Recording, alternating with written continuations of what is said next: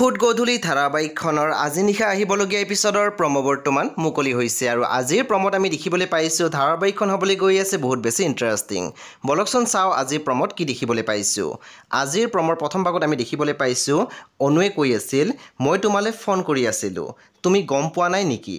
তেতিয়া আমি দেখিবলৈ পাইছোঁ প্ৰিয়াংশুৱে কৈছিল মা একদম চৰি হা, একচুৱেলি ফোনটো চাইলেণ্টত থকাৰ বাবে গমেই নাপালোঁ। তাৰপিছত আমি দেখিবলৈ পাইছোঁ পুনৰ অনুৱে কৈছিল তুমি ঘৰতে আছানে? তাৰপিছত আমি প্ৰমোত দেখিবলৈ পাইছোঁ পলিয়ে প্ৰিয়াংশুক কৈ আছিল তোমাৰ মা ইয়ালৈ আহিলে তুমি কি উত্তৰ দিবা আৰু তোমাকে মোকে এনেকৈ দেখিলে মায়ে কি বুলি ভাবিব?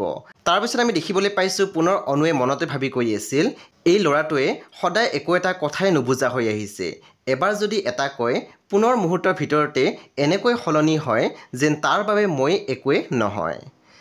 বন্ধু বান্ধৱীসকল আজি নিশা 8:30 বজাত ৰং টিভিত আহিবলগীয়া ফুড গধূলি ধাৰাবাহিকখন খুবেই বেছি ইণ্টাৰেষ্টিং হ'বলৈ গৈ আছে। আপোনালোকে চাবলৈ একেবাৰে নাপাহৰিব। পৰৱৰ্তী আপডেটৰ বাবে আপোনালোকে আমাৰ চেনেলটো ছাবস্ক্ৰাইব কৰি কাষত থকা বেল আইকনো টিপি দিবলৈ নাপাহৰিব।